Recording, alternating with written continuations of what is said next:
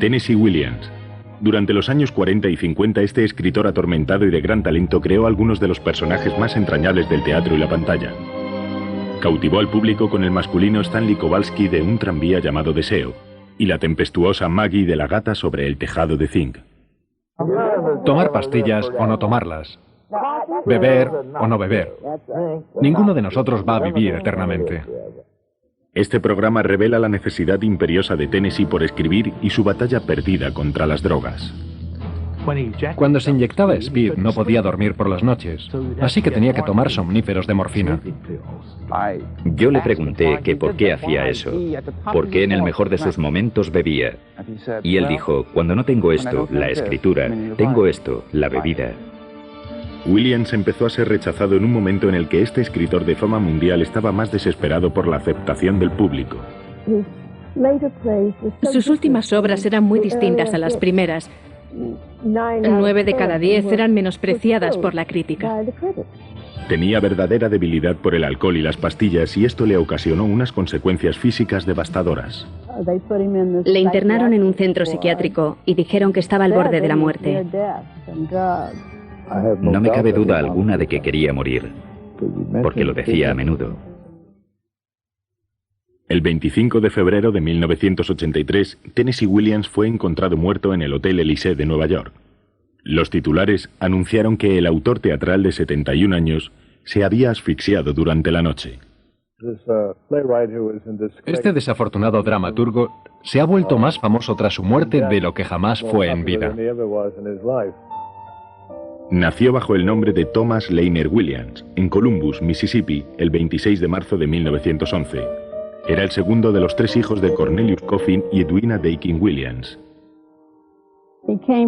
Provenía de una familia problemática.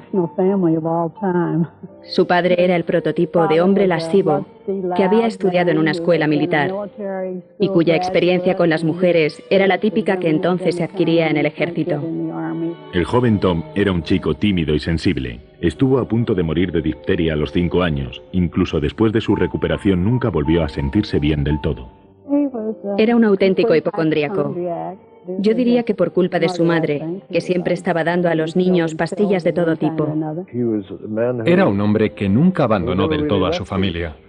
Intentaba escapar de ellos, pero siempre acababa volviendo a través de sus pensamientos.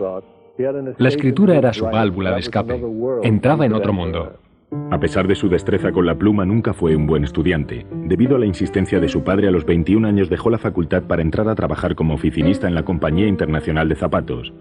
Williams recordaría este periodo de su vida como una muerte en vida. A lo largo de su vida solo hubo 2 cosas que le importaron de verdad. Una fue su pasión por escribir y la otra su adoración por su hermana. A pesar del gran afecto que sentía por su hermana mayor, Rose, él nunca consiguió entender su comportamiento errático.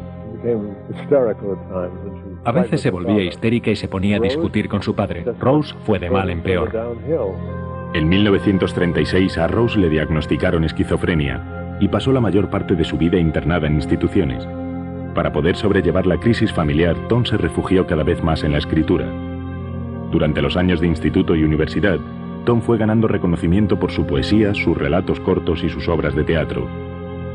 En 1939, con 28 años, se inventó el seudónimo de Tennessee Williams. Unos meses después ganó su primer concurso de obras de teatro.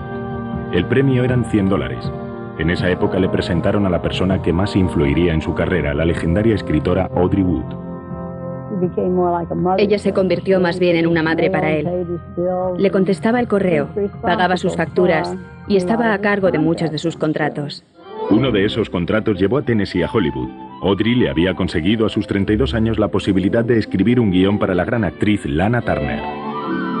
Hasta entonces se había estado manteniendo con muy poco dinero y gorroneaba cigarrillos, así que cuando Audrey le dijo que iba a ganar $250, él le preguntó que si eran al mes, a lo que ella contestó, no, a la semana. Durante su trabajo en la Metro-Goldwyn-Mayer, Williams propuso a los directivos del estudio una idea para una película, The Gentleman Caller. Pero rechazaron la idea. Pensaban que nadie iba a querer ver una película sobre una niña pequeña y lisiada. Para Tennessee Williams, el arte era una imitación de la vida. La historia de la niña estaba inspirada en su hermana Rose, que sufrió una lobotomía en 1943. Rose ya no blasfemaba, ni gritaba, ni se ponía histérica. Estaba tranquila, pero vivía estancada en 1943, año en el que le hicieron la lobotomía. El tiempo se había detenido para ella. La condición de su hermana dejó a Tennessee destrozado, y escribir le ayudaba a sobrellevarlo. Williams adaptó la idea de su guión a una obra de teatro que tituló El Zoo de Cristal. Rose era su musa. En sus últimos años quería escribir alguna obra de éxito para asegurar que Rose fuera a tener los cuidados que necesitara durante el resto de su vida. El Zoo de Cristal fue la primera obra magistral de Williams. En 1945, solo 5 días después de cumplir los 34 años, el Zoo se estrenó en Broadway. El espectáculo ganó el premio de la crítica de Nueva York a la mejor obra de la temporada. Tennessee estaba convencido de que no viviría lo necesario para acabar su próxima obra, un tranvía llamado Deseo. Fue entonces cuando le dijeron que tenía problemas de corazón. Tenía mal el corazón cuando estaba escribiendo el tranvía, así que se apresuró a acabarlo, y ese desgaste de energía se percibe a lo largo de toda la obra. Decía a menudo que escribía para no volverse loco, y yo creo que mantuvo ese miedo toda su vida. En el invierno de 1947, con 36 años, Williams obtuvo un nuevo éxito en Broadway con un tranvía llamado Deseo. La actriz Kim Hunter interpretó el papel principal, Estela, en el teatro y en el cine. Ese diciembre de 1947 hubo una de las peores nevadas y ventiscas que se recuerdan en Nueva York. No circulaba un solo autobús, no había manera de que los taxis pudieran moverse. Había una cola de gente fuera esperando para saber cuántas entradas quedaban.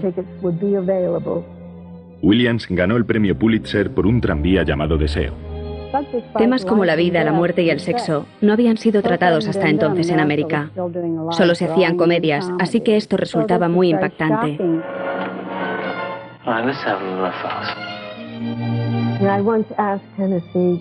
Una vez le pregunté cómo definiría la trama de su obra. Y él contestó que básicamente era una llamada al entendimiento de la gente desamparada.